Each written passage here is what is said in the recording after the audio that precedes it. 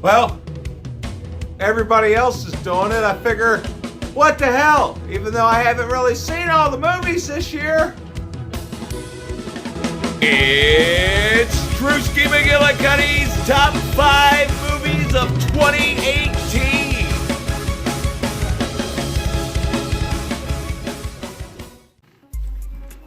Hey everybody, it's Drewski McGillicuddy. And before the new year gets here, I wanted to talk to you about my top 5 favorite movies that I saw this year. Now I could have did a 10 list because I did see a little bit more than 10, but that's too hard. So I'm doing a top 5, okay? So deal with it. Now I do have some honorable mentions. One being Game Night. It was a fun date night movie, and we enjoyed ourselves. I almost forgot it came out this year, but I do want to watch it again. And then my other honorable mention would be Ready Player One. It wasn't as good as I wanted it to be. It could have been better, but for what it was pretty damn good. Anyway, we're gonna... Oh, I got one more honorable mention. This is the top 8. This is the top 8. Overlord. What a fun, thrilling experience I had with my good friend Chad. I can't wait till that comes out on video so I can watch that again. That was a fun movie to watch in the theater. I'm glad I got to see it in the theater. Anywho, we're going to start right away with number 5, Bohemian Rhapsody. Now, I know it didn't go factual. It didn't follow the storyline of the band to the T. They switched some things around, but it's a movie. I enjoyed it. The soundtrack was amazing, right? But that was a given, wasn't it? But yeah, just the performances. Not even just Rami Malek. Whoever played the rest of the guys in the band. I can't remember his damn name. The Queen enthusiast is in the other room.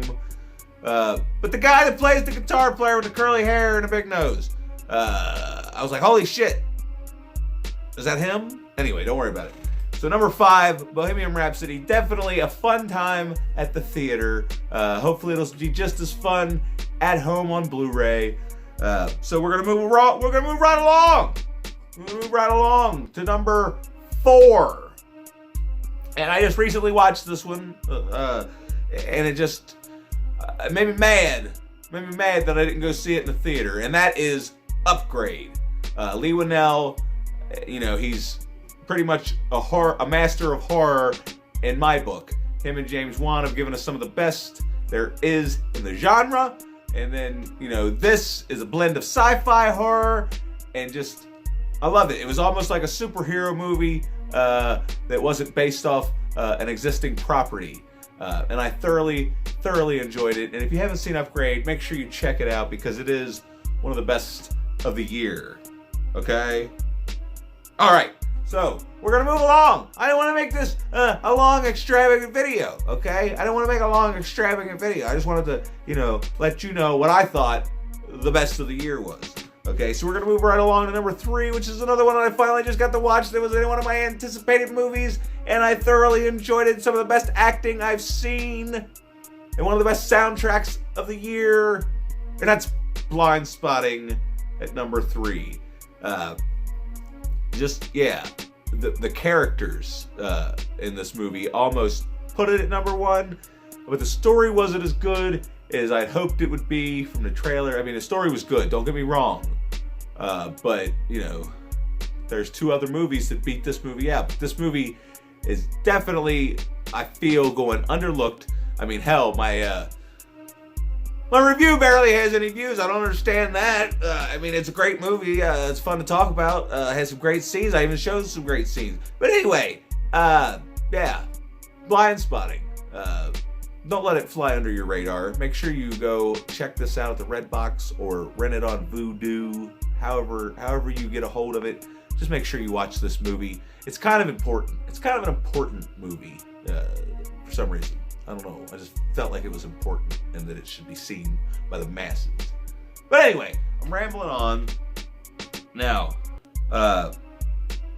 these last 2, I switched around a lot because I wasn't absolutely sure. but one affected me more than the other one did. So number 2 is probably one of the greatest superhero movies of all time. And it's a combination, or culmination, is that the word? Culmination of 10 years of hard work and dedication, and in my opinion, is the best movie in the Marvel Cinematic Universe, and the second best movie of 2018. That's Avengers Infinity War. Come on, you knew this was going to be on the list, right? I mean, I fucking cried watching a superhero movie, okay? So that has to count for something. If you haven't seen Avengers Infinity War yet, I mean, come on. It's been out for however long on VOD and the Red Box. It's a shame you can't get it at Blockbuster anymore because you could keep it for more than one night. Anyway, Avengers Infinity War. Probably the only movie this year that I saw. Well, no, there was 2 movies I saw in this in the movie theater this year, but we're not going to talk about the one because we're eventually going to make its own video. Some of you might know what I'm talking about because you're going to find out it's not on this list. You're like, well, where was this at? You didn't give it an honorable mention. Where's this at? I mean, do I have to mention it? No, I'm not going to do it. Anyway, number one. Motherfucking Hereditary. Holy shit. There's people out there that didn't like this movie, and it's because you're ignorant. I'm sorry. Cameron Scott, you're an asshole. Just let it be known. There's your shout out for the video. Everybody, go if you're a member of Killer Flicks or whatever other groups we might be a part of, just go give that guy a hard time because he did not like Hereditary, and it's blasphemy. Now, I get his point. If you were already in a dark place when you watched this movie, it was only going to make it worse. But this movie got under my skin.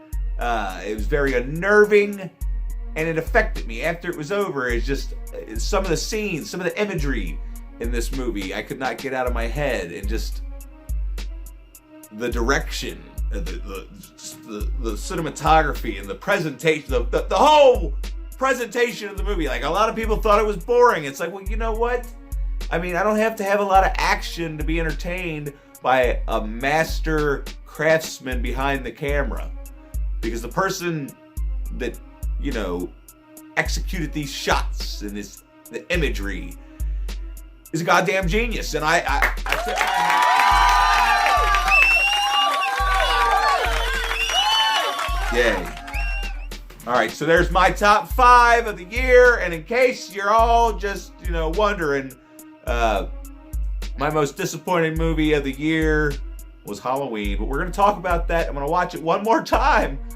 I don't know. Should I do a commentary on it? Let me know if you think I should do a commentary on it. I don't know how to do stuff, but I haven't rented it yet. I haven't got it. I'm gonna wait till it comes out and I can get it from somewhere, and then we'll talk about it or something. And I'll point out even more flaws with the goddamn movie that could have been perfect, that should have been perfect if they would have just wrote a completely different script, in my opinion. But we're not here to talk about that. We'll talk about that later. Thanks for watching, everybody. Make sure you like, share, and subscribe. And my New Year's resolution, in case I don't see you before the new year, is to get a little bit better as I go along. Hopefully I'm getting a little bit better as I'm going along, but I don't know. I'm trying my best. One of these days, I'll buy better equipment and it'll be fun. But as of right now, you know, this is a low-budget production.